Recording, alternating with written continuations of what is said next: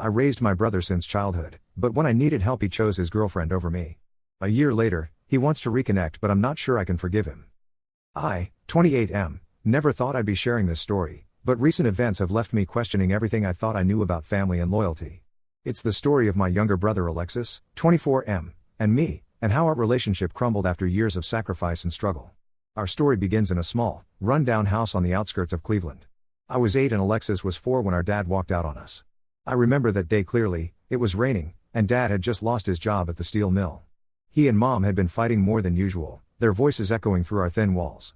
That evening, he packed a bag, kissed Alexis and me on the forehead, and walked out the door. We never saw him again. Mom tried her best to keep it together after Dad left, but it was clear she was struggling. She'd always been prone to bouts of sadness, but after Dad's departure, it was like a switch had been flipped. Some days, she couldn't even get out of bed. I started taking on more responsibilities around the house, making sure Alexis was fed, helping him with his homework, getting him ready for school. As the years went by, things got tougher. Mom's depression worsened, and she started drinking to cope. I'd often come home from school to find her passed out on the couch, empty bottles scattered around her. I'd clean up, make dinner for Alexis and me, and try to keep things as normal as possible. By the time I was 12, I was basically running the household. I started mowing lawns and doing odd jobs around the neighborhood to bring in extra money. We needed it. Mom could barely keep a job, and when she did work, most of her paycheck went to alcohol. Alexis wasn't an easy kid to deal with during this time. He was angry and confused, acting out at school and at home. I lost count of how many times I had to leave my after-school job to pick him up from the principal's office. But I never gave up on him. I remember one night when Alexis was about 10, he broke down crying, asking why Dad left and why Mom was always sick. I held him and promised that I'd always be there for him, no matter what. When I turned 16, I got my first real job at a local grocery store. I worked every hour I could, juggling school and taking care of Alexis. It was exhausting, but I was determined to give him a better life than I had. I'd skip lunch at school to save money, often going hungry so Alexis could have a proper meal. There was one particularly rough period when I was 17. Mom lost her job again and went on a weeks-long bender. We were behind on rent and utilities, and I was worried we'd be evicted. I remember staying up late, poring over bills, trying to figure out how to stretch my meager paycheck to cover everything. Alexis found me crying at the kitchen table one night, overwhelmed by it all. Instead of panicking, he sat with me and helped me sort through the bills. It was the first time I felt like we were truly in this together. When I turned 18, I made the tough decision to move out and take Alexis with me. Mom was in no state to care for him, and I was worried about his safety. It wasn't easy, but I managed to rent a small apartment and became Alexis's legal guardian. I worked 2 jobs while finishing high school online. It was the hardest thing I've ever done, but seeing Alexis start to thrive made it all worth it. Over the next few years, things slowly improved. I worked my way up at the grocery store, eventually becoming a manager. Alexis settled into his new school and even joined the basketball team. I'd work extra shifts to pay for his uniforms and equipment, determined to give him as normal a life as possible. When Alexis graduated high school, I was so proud I thought my heart would burst. He was the first in our family to get a diploma, and I felt like all our struggles had been worth it. Alexis decided to go to community college, and I supported him fully, picking up even more hours at work to help pay for his books and tuition. Meanwhile, I started taking night classes in IT. It was tough, balancing work, Alexis's needs, and my own education, but I was determined to build a better future for us. There were nights when I'd be up until 3 a.m. studying, only to have to be at work by 7 a.m., but I pushed through. Fast forward to last year. After years of hard work and certifications, I finally landed a job in IT at a local tech startup. It was a dream come true, better pay, better hours, and a chance to use the skills I'd worked so hard to acquire. Alexis had just finished community college and was working at a local restaurant. Things were looking up for both of us. Then, out of the blue, the startup went under. They had lost their main investor, and suddenly, I was out of a job. I wasn't too worried at first.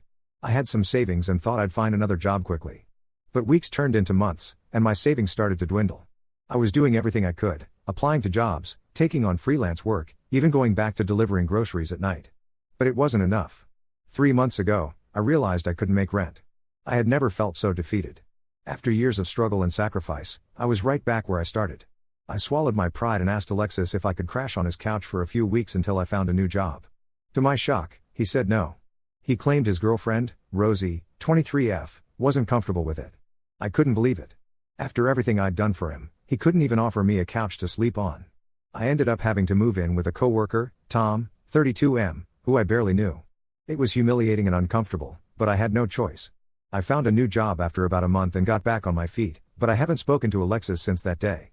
Now, Alexis has been trying to reach out. He's left voicemails, sent texts, even showed up at my new apartment. He says he's sorry, that he made a mistake, that Rosie pressured him into saying no. But I can't bring myself to forgive him. Every time I think about forgiving him, I remember all the nights I went hungry so he could eat, all the hours I worked to put him through school, all the sacrifices I made. And then I remember how easily he turned his back on me when I needed him most. Am I wrong for this? Should I give him another chance? I just can't get over the fact that when I needed him most, he chose his girlfriend over me. Part of me wants to forgive him, he's the only family I have left, after all. But another part of me is so angry and hurt that I can't imagine letting him back into my life. I've spent so long putting Alexis first that I don't even know how to prioritize my own feelings in this situation. I never thought I'd be in this position. I always believed that the bond Alexis and I shared was unbreakable, forged through years of hardship and mutual support. Now, I'm left questioning everything I thought I knew about our relationship. Was it all one-sided? Did Alexis ever truly appreciate everything I did for him? Or was I just a convenience, someone to rely on until he didn't need me anymore? I'm lost and confused, and I don't know what to do. Any advice would be appreciated. Update 1. It's been about a month since my original post, and I wanted to provide an update on my situation with Alexis. First, I want to thank everyone who took the time to comment and offer advice. Your insights really helped me gain some perspective on the situation. After much consideration, I decided to meet with Alexis. We agreed to meet at a neutral location, a small park where we used to play as kids. I arrived early and sat on a bench, my stomach in knots as I waited for Alexis to arrive. When Alexis showed up, he looked terrible. He had dark circles under his eyes and seemed to have lost weight. For a moment, I felt a pang of worry, the big brother instinct kicking in. But then I reminded myself why we were here. Alexis started by apologizing profusely. He admitted that he had made a huge mistake and that he regretted it every day. He explained that Rosie had indeed pressured him into saying no, threatening to break up with him if he let me stay. Alexis said he was scared of losing her and made the wrong choice. As he spoke, memories flooded back. I remembered the day Alexis got his first girlfriend in high school. He had been so nervous, and I had spent hours helping him plan the perfect first date. I had always tried to be there for him, to guide him through life's challenges. It hurt to think that he had chosen a girlfriend of a few months over our lifelong bond. Alexis went on to explain that Rosie had broken up with him a week after he refused to let me stay. Apparently, she had been cheating on him and used the situation as an excuse to end things. Alexis said he realized then how badly he had messed up, but by that point, I was already not speaking to him. As I listened to Alexis, I felt a mix of emotions, anger, pity, and a lingering sense of brotherly love. But I also felt something else, exhaustion. I was tired of always being the strong one, of always having to forgive and understand. I told Alexis that while I appreciated his apology, it didn't change the fact that when I needed him most, he chose someone else over me. I reminded him of all the times I had put him first, even at great personal cost. I told him about the nights I went hungry so he could eat, the job opportunities I turned down to stay close to home and take care of him. Alexis broke down crying, saying he knew he could never make it up to me. He told me how much he missed our relationship, how lost he felt without me in his life. Part of me wanted to comfort him, to tell him everything would be okay like I used to when we were kids. But I held back. Instead, I told Alexis that I needed more time and space to process everything. I said I wasn't ready to forgive him yet, but I wouldn't completely close the door on our relationship. It was one of the hardest things I've ever had to do, watching him walk away with slumped shoulders and tears in his eyes. In the weeks since that meeting, I've been doing a lot of self-reflection. I've started reconnecting with old friends I had neglected while taking care of Alexis. I even went on a date last week, something I hadn't done in years. It felt strange but also liberating to focus on myself for once. Alexis has respected my wishes and given me space. He sends a text once a week, just checking in, but doesn't push for more. Part of me misses our relationship, the easy camaraderie we once had. But another part is enjoying this newfound freedom, the ability to make decisions without considering Alexis's needs first. I've also been thinking a lot about our mom. I haven't spoken to her in years, not since I moved out with Alexis. Part of me wonders if I should reach out, try to mend that relationship too. But then I remember all the pain and struggle, and I'm not sure I'm ready for that. As for the future, I'm still uncertain. I don't know if Alexis and I will ever get back to where we were. Maybe we shouldn't. Maybe this is an opportunity for both of us to grow, to establish a healthier relationship built on mutual respect rather than dependency. For now, I'm taking it one day at a time. I'm focusing on my new job, on building a life for myself that doesn't revolve around taking care of others. It's scary and exciting all at once. I'm still hurt by what Alexis did, but I'm trying to use this experience as a catalyst for positive change in my life. I don't know what the future holds for Alexis and me, but for the first time in my life, I'm putting myself first. And it feels both terrifying and liberating. Update 2. It's been 6 months since my last update, and I wanted to share some developments in my situation with Alexis. Over the past few months, Alexis and I have slowly been rebuilding our relationship. We started with occasional text messages, then progressed to phone calls every couple of weeks. Last month, we finally met in person again for dinner at our favorite pizza place from when we were kids. Sitting across from Alexis at that familiar red checkered table, I was struck by how much had changed. We used to come here after his basketball games, me still in my work uniform, scraping together enough change to split a small pizza. Now, we were both adults, ordering our own meals, an awkward silence stretching between us. Alexis broke the ice by sharing some news with me. He's been seeing a counselor to work through his issues, particularly his tendency to let others influence his decisions. He admitted that he had always relied on me to make the tough choices, and when I needed him, he didn't know how to step up. As he spoke, I remembered all the times I had to be the adult in our relationship. Like the time when Alexis was 16 and got caught shoplifting. I had to leave work early to pick him up from the police station, then spend hours negotiating with the store owner to not press charges. I was exhausted and angry, but I never let Alexis see that. I just focused on getting him through it.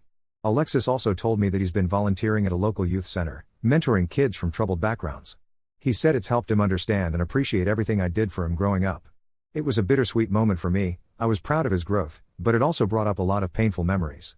We talked about our childhood and our mom. Alexis confessed that he had always felt guilty for not doing more to help when we were younger. I explained that it wasn't his responsibility, he was just a kid, and I had chosen to take on that burden. It felt strange to finally have this conversation, to acknowledge the abnormality of our upbringing. As for me, I've been doing well. My new job is going great, and I've even been promoted. I'm seeing someone new, Emily, 26F, and things are getting serious. It's the first time in my life I've been able to focus on my own happiness without worrying about anyone else. Alexis seemed genuinely happy for me, but I could see a flicker of something, perhaps regret or sadness, in his eyes when I talked about Emily. I wondered if he was thinking about Rosie, or if he was realizing just how much of my life he had missed out on. Before we left the restaurant, Alexis hesitantly asked if we could make this a regular thing, meeting for dinner once a month. I agreed, but with the caveat that we take things slow. We're not back to where we were before, and honestly, I don't think we ever will be. But we're building a new kind of relationship, one where we're equals, not caretaker and dependent. As I drove home that night, I felt a mix of emotions. There was still a lingering anger when I thought about what had happened, but it was tempered by a growing understanding. I'm learning to forgive, not for Alexis's sake, but for my own peace of mind. This journey has taught me a lot about the complexities of family relationships, about the fine line between love and obligation. I'm still navigating this new dynamic with Alexis, still learning how to be a brother without being a parent. It's not easy, but I'm hopeful that we're on the right path. Update 3, it's been a year since my original post, and I wanted to give a final update on my situation with Alexis. Our relationship has continued to improve slowly but steadily. We've kept up our monthly dinner dates, gradually becoming more comfortable with each other again. It's not the close bond we once had, but it's a comfortable, adult relationship that works for both of us. Alexis has made significant strides in his personal growth. He's still volunteering at the youth center and has even started taking classes at the local university. He's studying social work, inspired by his experiences mentoring troubled youth. It's strange to see him so focused and driven, but I'm genuinely proud of him. Last week, Alexis invited me to watch him give a speech at a fundraiser for the youth center. As I sat in the audience, listening to him talk passionately about the importance of mentorship and support for at-risk youth, I felt a surge of mixed emotions. Pride, certainly, but also a twinge of sadness for the childhood we never had. As for me, I'm doing better than ever. Emily and I got engaged last month, and we're planning a small wedding for next spring. When I told Alexis about the engagement, he surprised me by asking if he could be my best man. Despite everything we've been through, it felt right to say yes. I've also started my own IT consulting business. It's been challenging but rewarding.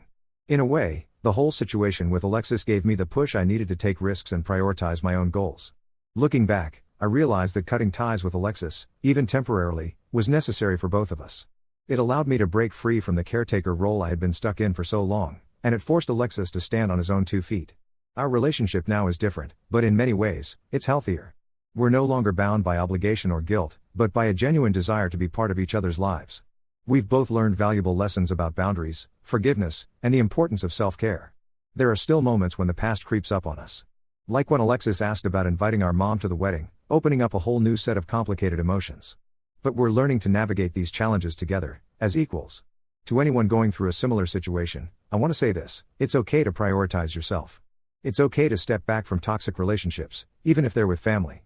And it's okay if reconciliation takes time, healing isn't linear, and there's no set timeline for forgiveness. Last week, Alexis and I visited our old neighborhood. We stood outside our childhood home, now occupied by strangers. As we reminisced about the good times and the bad, I realized how far we've both come. We're not the same scared kids we once were, struggling to survive. We're adults who have faced our past, learned from it, and are working to build a better future. I'm not saying everything is perfect. There are still moments when I feel a flash of resentment, or when Alexis gets defensive about the past. But we're learning to communicate better, to express our feelings without falling into old patterns. One thing that's helped is setting clear boundaries. I've made it clear to Alexis that while I value our relationship, I'm not responsible for his happiness or success. He's learned to respect my time and my decisions, understanding that my life doesn't revolve around him anymore. As for our mom, we've decided to reach out to her together. It's a daunting prospect, but facing it as a team feels right. We're not sure what will come of it, but we're prepared to support each other through whatever happens. Looking ahead, I'm cautiously optimistic about the future of my relationship with Alexis. We're planning a camping trip next month, something we used to dream about doing when we were kids but never had the chance. It feels like a new beginning, a chance to create positive memories together as adults. Thank you to everyone who has followed my story and offered support along the way. Your advice and encouragement have been invaluable in this journey. It's been a long, difficult road, but I feel like I've finally found a balance between being a brother and being my own person. And for the first time in a long time, I'm excited about what the future holds.